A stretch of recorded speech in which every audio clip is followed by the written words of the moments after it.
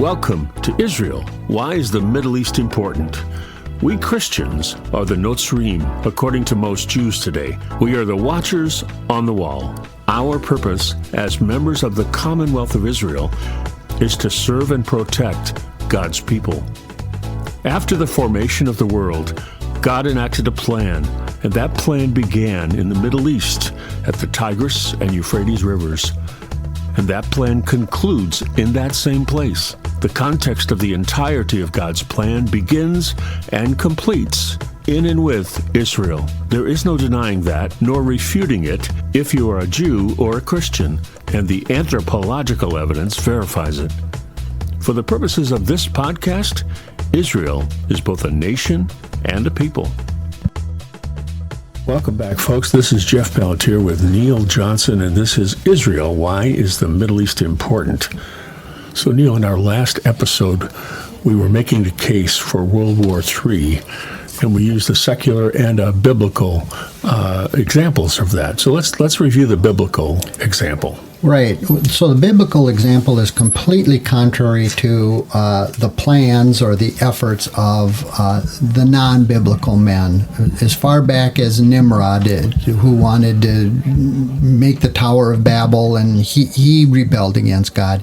This is nothing new. This is our point, Jeff, is there's nothing new.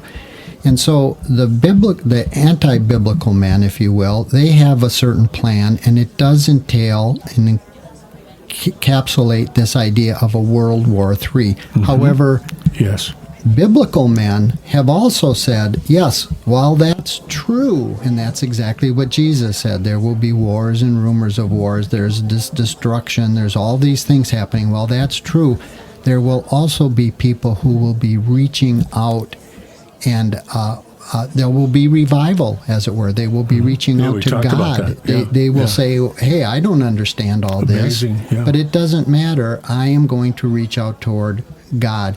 And so one of the people we talked about was Hudson Taylor, who back many, many years ago, 1855, he brought the mission to China, as it were, and a huge impact even to this day. He predicted World War III as well, but his was different. He had a vision of 3 world wars in 1855, and he said, I have seen a vision, a great war that encompasses the world. I saw this war recess and start again, World War I and II. Well, there you go.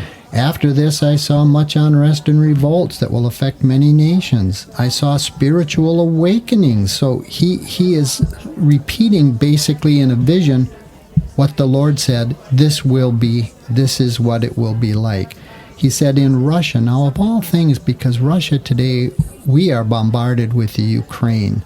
And so that's true to us. But at the same time, at the exact same moment, in any moment, it could be, there will be a spiritual revival. It's a perfect place for it. And some people will be against it, let's say, because how dare you say you love God and yet you're bombing the Ukraine, like the people at the bottom of the rung control the top or something. Nonetheless, people will be against it, and that's the system we're talking about. Well, there will be a system. We have always said it's going to happen, but I didn't know it was going to happen like that. I didn't know it was going to happen like that. That's right. Basically, we've got this big roadmap, and it's going to happen. Well, as far back as 1855, the 1800s, if you will, the mid-1800s, Hudson Taylor said, I saw Russia will be a spiritual awakening out of Russia. So great there could never be another like it. Well, guess what, Jeff? That's exactly what the Lord says. There will never be a time like this again. Never. I'll never put humans through this again. And Jesus, in Matthew 24, Jesus says that the tribulation will be like nothing anybody has ever seen before. Right. So that's how we know, right? Right. And as we said off the air, Jeff, you can call it tomato or tomato. Call it the last days, the end of days, the great tribulation. Call it what you want. I don't care. It's still describing a scenario. And part of the scenario is the system that we're trying to, at this point, talk about, because it's not like it's a secret system. I mean, we can see it, as you pointed out on the last show. I see it in the WHO, the World Health Organization. World Health Organization, yeah. And you can see it in the International Criminal Court. But and all these people have a system. But they're all counterfeits. They're all counterfeits. They're secular answers to a spiritual end. To a spiritual problem. You're exactly right. And the Lord said, don't even worry about it. When it's over, when I come, you don't have to go looking for me. You will see me. And when God takes control, folks, when God starts initiating his plan, when God says, okay, it's my turn, basically, he's going to say it's my turn, and he's going to initiate this awakening in Russia or wherever, through Europe and throughout around the world. And then he's going to start to separate the wheat from the chaff, the goats from the lambs, the goats from the sheep. He's going to start that process, and it's going to be painful. Right. And you know, my personal belief is it's not just going to happen in Russia. That was an example. Yeah. It's not just going to happen, according to Smith Wigglesworth, 100 years after Hudson Taylor gave his vision, where Smith Wigglesworth said, I saw a great spiritual revival spilling out of England. Well, he was English, for crying out loud. I mean, what we can do is we can say, I believe there will be these pockets growing up everywhere in spite of this opposition, in spite of this calamity, in spite of this terrible time. There will be these spiritual revivals. And Smith Wigglesworth in 1947 said, it will consume the entire European continent. And this is exactly what Hudson Taylor saw. And I believe, it's my personal belief, hey, if we have a prophet today, he would say, and guess what? In America, at certain places, you're going to have this spiritual revival. In Canada, you're going to have this spiritual revival. And we know, according to Scripture, that in Israel specifically, there's going to be a great spiritual revival. And the other thing we know about, it's not Russia and the United States in this thing. It's not that. It's Israel against the rest of the world. It's all about Israel. Let's be real here. Yeah. This final malady, this terrible thing, they're going to come against Israel. It's all about Israel. That's what we have to understand, and that's why I always say Israel has precious few friends today, and most of our listeners are friends of Israel, if you will. In spite of the constant bombardment, they're looking at the news and saying, I'm not adhering to that, I'm not believing that, I'm not embracing that idea. But that is the system that's coming upon the whole earth, like it or not, and the central linchpin, if you will, is Israel. Where do you stand? Yep. What do you believe about Israel? And we've talked about the enemy, the Satan, whatever you want to call him, Beelzebub, whatever his name is, doesn't matter. But he's trying to stop the plan of God. He's trying to, and God is, there's going to come a point where God's going to say no. He did the same thing with the Tower of Babel, that's right? They were building a monument to man to prove how great they were, and God said, no. Well, even at that point, if you give them a benefit of the doubt and say, well, Nimrod as the leader, and so will be this Antichrist figure, anti-Messiah figure, this beast, if you will, he will control. He'll be the top rung, if you will, of this pyramid, and he will have the answers. So even if you say Nimrod was afraid, he was afraid to go on the earth. He was afraid of another flood. He was afraid, and he did what he could to avert that flood. Well, that's exactly what this system, in other words, Jeff, the system will think it's doing good. Yeah, it's designed to solve the problem. It will solve the problem. That's what it's supposed to do. That's exactly right. But it doesn't. But it won't ultimately, and so, but the technology is here now where this requires a direct intervention of God himself, a return of Messiah. Nobody else can do it. Absolutely. Left to mankind, you're going to get an anti-Messiah figure. You are. I don't know his name, but they say the number of his name is 666. Okay, I don't have the wisdom to figure that out. I don't know, and I'm not going to say it's this person or that person or follow some internet kook who knows this and that, and it's secret knowledge. No, but the Bible warned us and told us that these indicia, these things, and when you see them, just like you said, I can see the who, know these things are happening and near and all of this, and that is what we're saying again. This is the system. This is where we're rushing headlong into the system. Yep, that's right. And so, Rome tried it. It was a man-made idea to rule the world, right? New World Order, yada, yada, yada. Hitler tried it, brand new idea.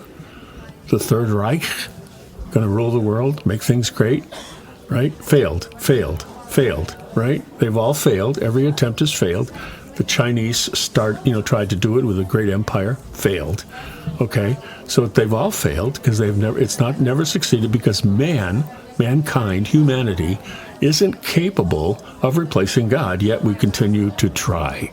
We continue to try, and if you are smart, and I'm doing air quotes here, the audience can't see it. If you are smart, that's what the schools will tell you, the colleges, the universities. If you are a man of reason, you know it's absurd to believe in this book from God. It's absurd. And yet, we can see that that's exactly what's happening before us today as the system's being cobbled together very quickly, very fast in our day. And the central linchpin, again, it's all about one thing, Israel. Yep, it is. Israel is the final thing, and also was the beginning of the beginning of the beginning of the beginning. And we say it started in the Middle East and it ends in the Middle East, and there's no way you can escape it. Right, just as there is one. But for some reason, humanity continues to strive to do it without God. Without God over and over and over and over and over. And we're trying it again with the WHO, right? The World Health Organization is attempting to become a ruling, governing body of the world. You can read their stuff, and that's what they have. Those are their aspirations, and that's what they want to do. And it's not going to work. It can't work because we're fallen, broken people, and we can desire perfection, but we can't be it. That's right. Yes. Only God is perfect. Only God is perfect, and He told us, these are the things you will see that prove, not only am I perfect, but I will rescue you. Yes. I will do this. Yes. You will see these things. Now, no amount of minimizing or no amount of education will do away with God's purposes and plans. None. He said, I will do this. That's right. So whether we are so deluded that we would embrace the system for our own good, as I always quip, who cares? As long as I have gas in my boat or my snowmobile or whatever, who cares? And you said it last show, the Antichrist will say, hey, you'll have plenty of Wiener Schnitzel according to Adolf Hitler. So there were a number of Antichrists, but there is a final one. And this is what the Lord revealed to us, especially in the Olivet Discourse, is that there is one final one. The Antichrist. So, folks, I've said it, a few minutes ago. I'll say it again. Humanity has tried over and over and over to make the perfect world system, to make the new world order, to make the perfect world system, and every time it's failed. Here's my question. How many times does it need to fail before you understand that we can't do it? We're not capable of it. Only God is capable of reconciling all things, bringing the love and the healing and the wonder and the beautiful peace, the real peace that we all desire. Only God, only Yahweh, through His Son Jesus, through the Holy Spirit, only Him, only He can bring what we seek and what we search after. Yet we continue time after time after time to try to do it without Him, and every time we try, it fails. Yeah, and just to get this comment in, I had shared with you before that I was watching some Christian somewhere on TV or something, and he was laying these basic scenarios out of the end times or the end days, and he said the quip, so what's the good news in all of this? Yeah. And I had to laugh because he said, well, there isn't any. Well, I do believe there is some good news, and the good news is that it was laid out. It was told. Yeah. And it's not about having the right religious doctrine or denomination or something. These things will happen on what we would consider the unsaved and the saved and this church and this person's theology that you or I may disagree with, and that person's theology that you or I may or may not disagree with. It's going to happen, this event, and we have been warned and told, when these things happen, then you will know I'm at the door. I'm about to come. And that's what we're looking forward to, is an end to a system that's rapidly approaching, rapidly coming, being set up right now where it's almost impossible to fight against the system. Mm-hmm. It's like, it seems it's impossible. Right. But God knows, and God has a plan, and He's going to execute His plan. You said something a second ago, Neil, about there isn't any good news. But, I think it is good news. It is good news. We are going to go through these things, but it's good news because the result is going to be that all things are reconciled. All the sheep and the goats will be separated. God will know who His people are, and that will be Israel. His people will be Israel, and that will include us. Pausing for effect there, folks. That will include Christians, because we're part of it, right? It will be Israel, and God will, the New Jerusalem comes down. Why is it Jerusalem? Come on, think about it. Because it's Israel. It's about Israel. That's why it's a New Jerusalem that comes down. Okay? And we will dwell with Him, and He will dwell with us, and there will be no more tears, no more crying, no more pain. All things will be well, because it'll be God initiating it. God will work us through, but we have to go through what we have to go through to get where we want to go. Sure, and it's going to be a very difficult day, because the book of Revelation very specifically says God gives power to these evil trinity, the dragon and the false prophet and the beast, if you will. Satan, without getting into it, he mimics, and so God says, I'm going to give them the power to succeed during these 42 months or 3.5 years, or however you want to call it or reference it, this horrible time that we're talking.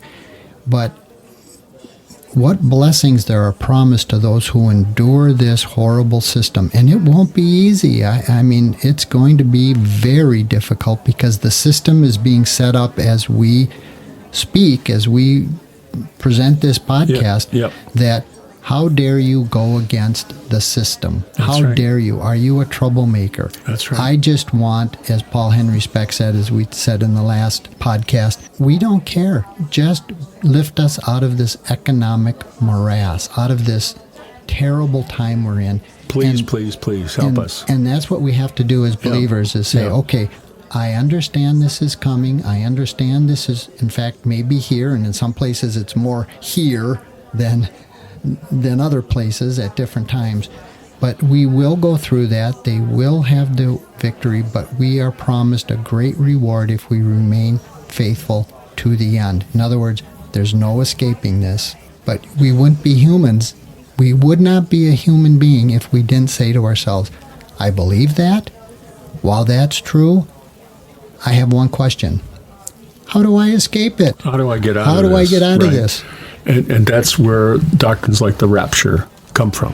How do I get out of this? Many escapist doctrines come from is you can't read any of these end time scenarios but say, okay, that's horrible. I don't like it. And how do I avoid it? If you're a human, that's what we do. Yeah, but that's not the parable of the virgins with the lamps. It's be ready, have enough oil, have enough wicks, be ready, because it's going to happen. If you're not ready, you're not going to make it. It's not going to go well for you. But Neil, there's a parable that we need to tell about these end times and about the choice that even Christians need to make regarding Israel. So tell that parable about the rabbi, and then let's make the point of the parable. So I know what you're talking about specifically, and we only have the two choices, as we say. We can bless or we can curse Israel. We can bless them in word or deed, or we can curse Israel in word or deed. And the parable, the story goes, a rabbi was walking with his students. Geez, it sounds biblical, doesn't it? It sounds like Jesus with his Talmudim, his students. When a person came up to the group and said, "Death to Israel and all Jews," To which the rabbi only responded, "It has already been given to you." Another person came up to the rabbi and his students and said, "God bless Israel and the entire house of Israel." To which the rabbi only responded, "It has already been given to you." The students later asked the rabbi, "Why did you respond exactly the same way to each person?" And the rabbi replied, "God himself has already stated, 'I will bless those who bless you and curse those who curse you.'" In other words, Jeff, it's already been given. What am I supposed to say? No, I'm not. No, I won't. Okay, so it's already been given. This isn't a maybe. It doesn't say it might happen. It says it will happen. Right. I will bless those who bless you and curse those who curse you. And the you is Israel. Is Israel, right. And he's talking to Abraham at this point, He's right? talking to Abraham. Right. And he's talking about Abraham's descendants. Abraham's descendants through a specific lineage. And we see, as we've talked about on the last podcast, many different authors in many different ways took the same concept, if not the same words, and showed in their own words, in their own way, how God would either bless or curse anybody who comes against Israel in word or deed. So the question is, for you as a Christian, as a member of the Commonwealth of Israel, what do you say to this question? What do you say? That's the point. And we've talked about Israel many times. They're not perfect. Way less than perfect. They're not, but do you bless or curse? Right. Which do you do? Do you bless or curse?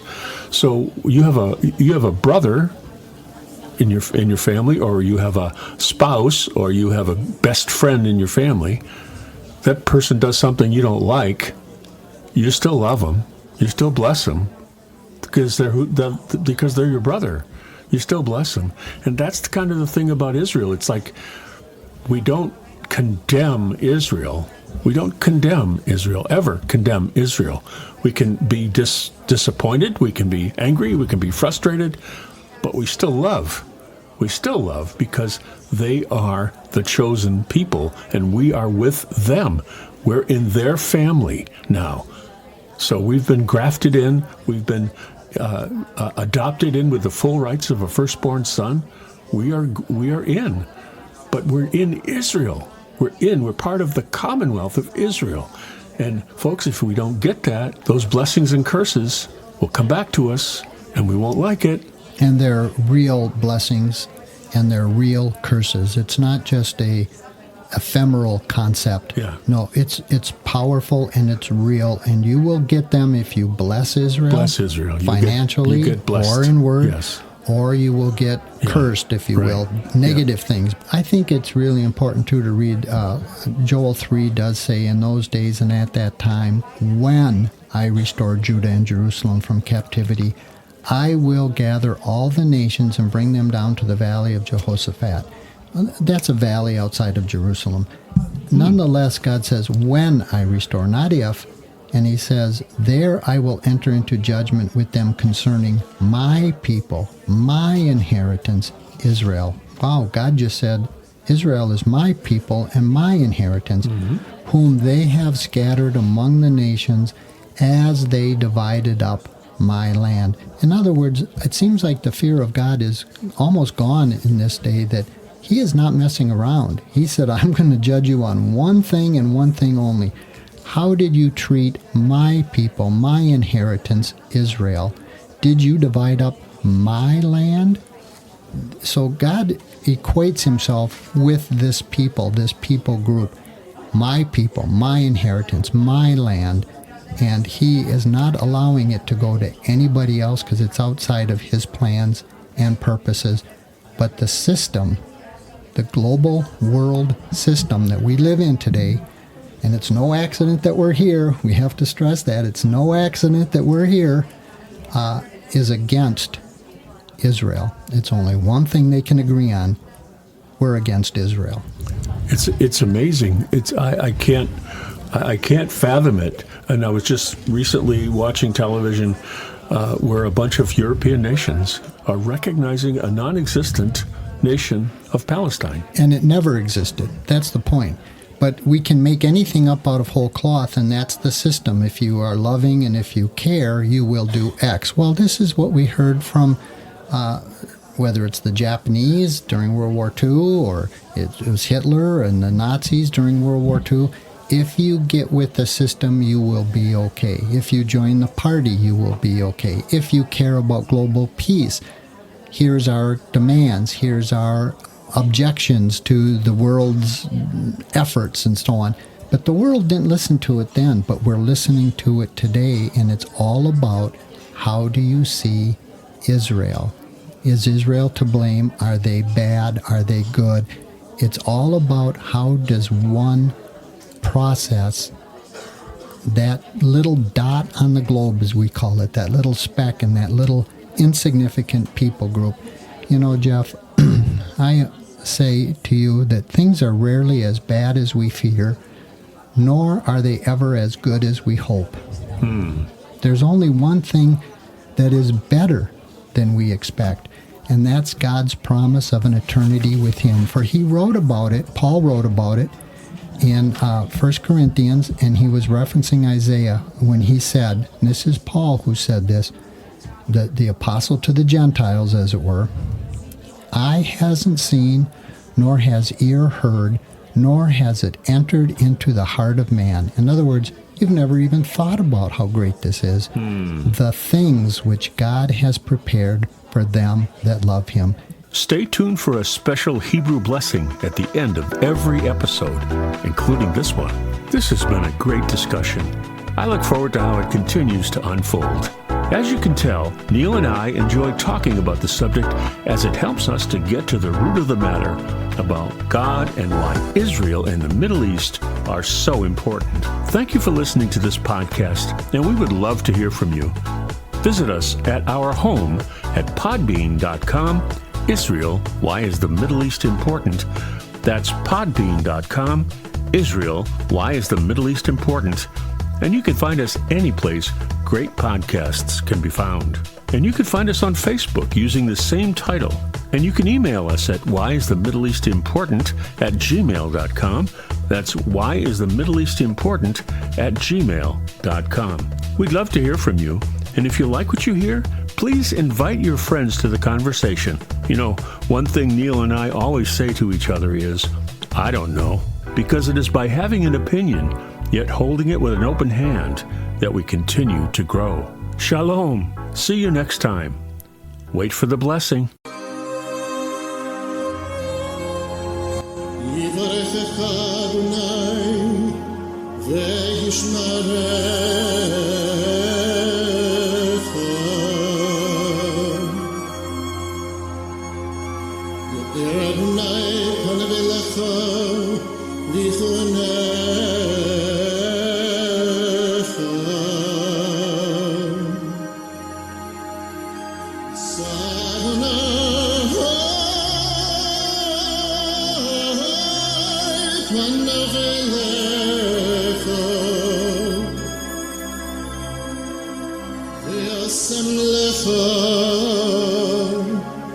Shalom.